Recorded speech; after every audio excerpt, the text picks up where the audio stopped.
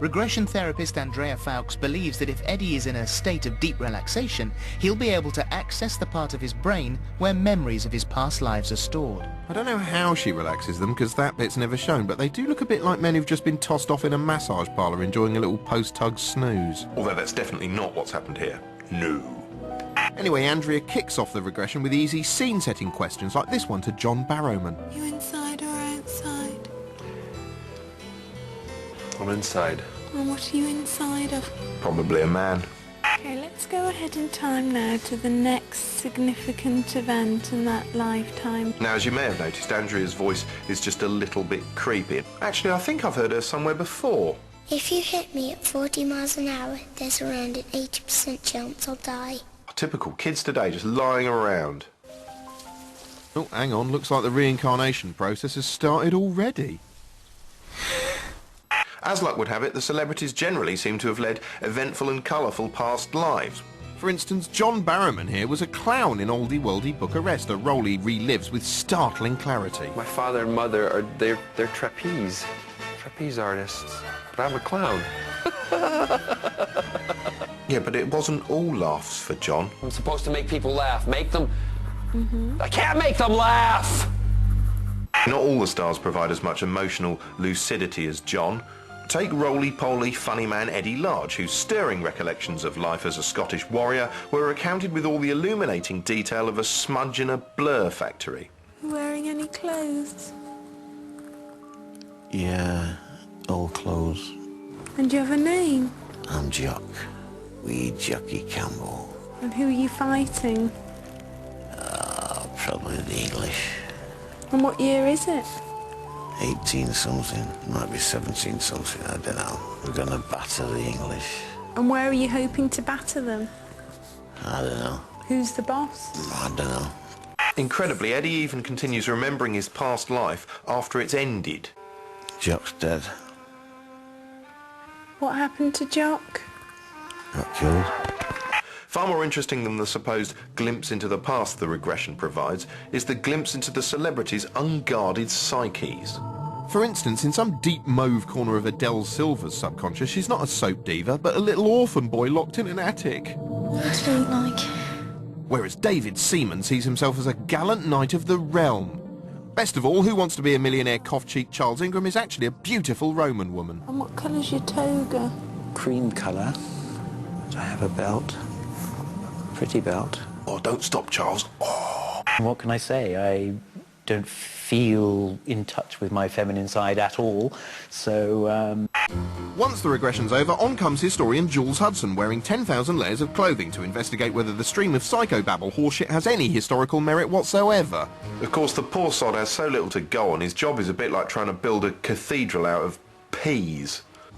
Eddie's regression certainly has given us a fascinating insight into a very colourful period. But whether or not his Jock Campbell really did take the high road through Scottish history, of course, I can't tell you for sure. But it does make you think. It may all seem like harmless fun, but shows like Have I Been Here Before have to walk a fine line. They hide behind a tissue-thin veneer of objectivity, occasionally pointing out that it could all be made up, while heavily promoting the notion that it isn't. Do you think you've been here before? Yeah, I do. Do you? Seeing that.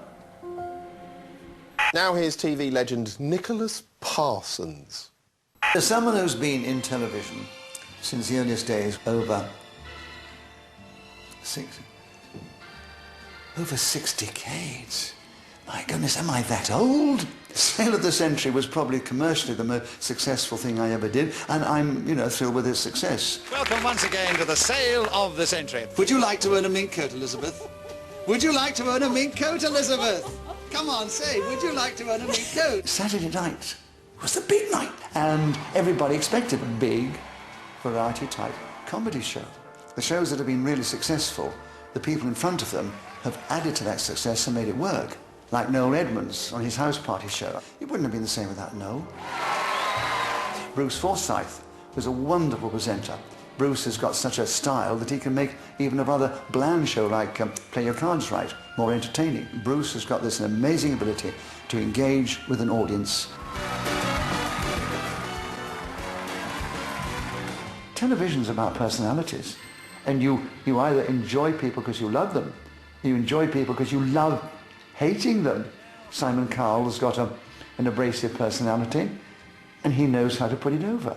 I mean, the whole thing was, it was like you were possessed or something. It was just weird. He's brilliant. He's a businessman, but he's got a flair for entertainment. You are potentially one of the most annoying contestants we've ever had. I mean, we had a great character called Gilbert Harding before the war. What's my line? And he was very rude and abrasive to the contestants. But Gilbert Harding was a great personality, and so people warmed to him. People warmed to Cole. Good luck to him. The man's bloody clever. Good luck, Simon. And that's what showbiz is about. It's personalities. Personalities that come out of the screen and make an impact. And those are the ones that go on being employed. Here's TV's popular Top Gear gang driving their way down Fake Street. Richard! What? Richard, have you got a fire extinguisher? No, why? How in the name of... God in heaven, man. Put it out! Put it out! Where's the use the oven glove. The cushion's on fire now! I've made it worse! That was hilarious. But was it real? Well, no, of course it wasn't. Health and safety would never give them permission to do that. It was a setup. But do you really care? After all, it's not like documentaries have ever provided 100% manifestations of some absolute truth. For instance, Nanook of the North, widely regarded as the first documentary, was a bunch of lies from beginning to end, with faked igloo scenes, a different wife cast as Nanook's squeeze, and Eskimos using spears instead of the rifles that were commonplace. And in Night Mail, one of the most famous docs in the history of British docitude, all the interior train scenes were shot in a studio. Badly addressed. This is the Night Mail crossing the border, bringing the Lies, check and the truth postal order, distorter, letters bullshit, for the rich, bullshit, letters for the poor, fake, the shop at the liar, corner of the girl next door. Bollocks! Even when what you're seeing is effectively real life, as in Paul Watson's groundbreaking fly-on-the-wall doc The Family, it's still only real life as captured by a film crew. It is going to be a tremendous intrusion into your privacy, because we will film everything. Of course, the minute you bring a camera into the equation, you've altered reality, because everybody's behaviour changes slightly. It's a bit like when there's a phenomenally pretty girl in the room and all the men start acting like cool dicks in an attempt to impress her. Don't you hate it when they do that, yeah? Cameras aren't the only thing that can alter reality. Today's schedules are heaving with troubleshooter guru shows in which the narrative is always essentially the same. Knight in shining armour turns up and stops someone messing up their life. But what if reality doesn't conform to the story? What if we were making a guru show about a nanny, for instance, and for the purposes of the story we needed shots of the kids being unruly for the start of the show, but they weren't being unruly? We could do something to upset them. Snatch away their favourite toy, for instance, so they kick off and we have lots of shots of the suburban hell that's about to be tamed. I'm not saying that guru shows do that, I'm just saying I would. At the end of the day, the whole problem with the debate about truth, or lack of it on TV, is that it's such a fuzzy morass of a subject. It's less to do with truth and more to do with acceptable levels of artifice. Ultimately, I suppose it's best to treat it all with a healthy degree of scepticism. Oh, it's a squirrel. Oh, look at this squirrel. Oh. The X Factor has become as much a part of Britain's calendar as Wimbledon, the Grand National and the Tewkesbury Parsnip Stomping Contest. It's a bona fide institution, by which I mean a home for the mentally ill. The early editions contain scenes reminiscent of some kind of futuristic fascist rally as Simon and the judges roll into town like chosen prophets, driving thousands of simpletons into a frenzy of ecstatic hysteria.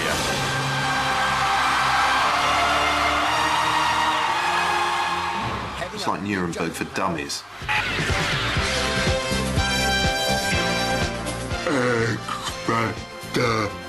But this time around there was controversy from the off. The panel of judges had changed. Judge Death was still there, of course, as was Sharon Osbourne, the TV equivalent of a mad aunt at a wedding. But putty-faced Louis Walsh was gone because he'd been sacked. Taking his place were Brian Friedman, a sort of meerkat approximation of Justin Timberlake. And Danny Minogue, who's got so many letter I's at the end of her name. I always think you're supposed to pronounce her name like you're falling down a manhole cover in the middle of it, like Danny! Oh, there was also another change. Dermot Q. Thingy is presenting instead of Kate Hoojamer Boobs. Apparently he's a really nice guy. At first it seemed to be business as usual. The public still queued in droves and jumped up and down making X signs like pillocks, and the judges still came across as utter bastards.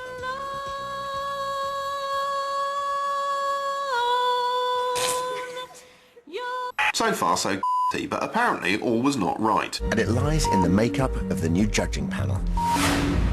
I just don't feel any chemistry. Simon had an uncomfortable feeling in his gut and took immediate action. I need to take a break. Or maybe he was just going for a shit, I can't really tell.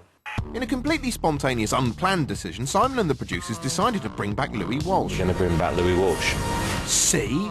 Incredibly, some cynics claimed his return might have been a manufactured stunt, but they don't even believe wrestling's real. After ITV admitted they'd shot pickups of some of the behind-the-scenes sequences, Simon defended the show, saying, "What you see is what happened. It's raw and we don't censor." Now, I never realised that X Factor was part of Lars von Trier's Dogma 95 movement, but there you go. Thing is, there was loads of raw, uncensored stuff I was now expecting to see, but didn't. For example, I hoped we might get to see the production team pre-auditioning the hopefuls. I'd always assumed they cherry-pick the best and most laughable candidates before the celebrity judges get to see them, but apparently not. No, what you see is what happened, so Simon and co presumably sit through sing-songs from every one of this lot. While the judges are watching, we see lots of reaction shots of them gawping in disbelief. Now, I'm so cynical, I always assumed they scoured through the rushes until they found a suitably hilarious facial expression, and that these weren't necessarily shots of them reacting to precisely the bit of the song we're hearing.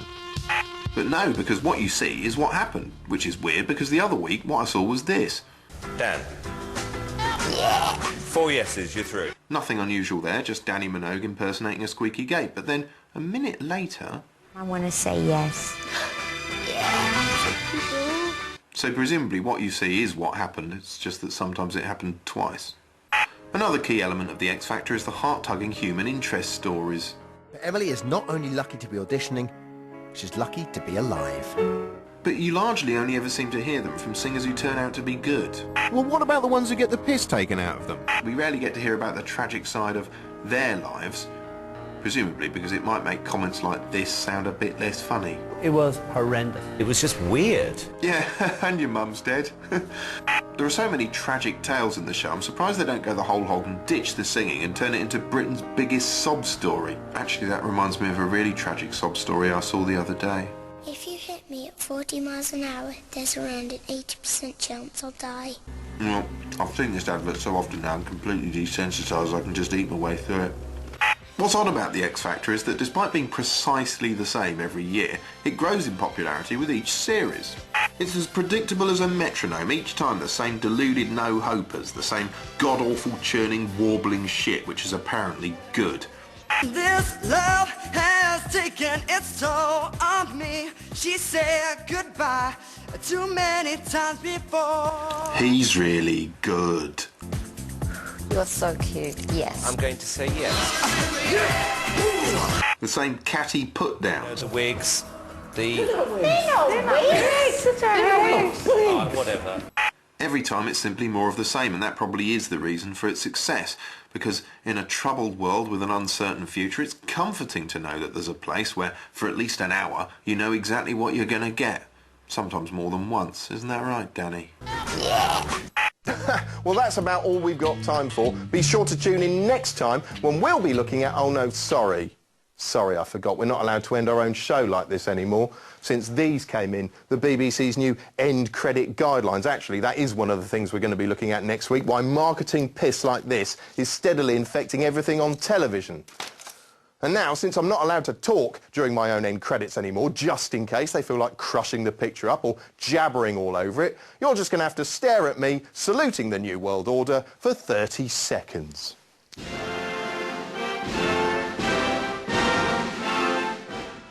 So here I go again, talking over the end credits. I'll keep it short. Charlie's back next Tuesday at 10. Next on BBC 4, well worth a watch, Iraq in Fragments.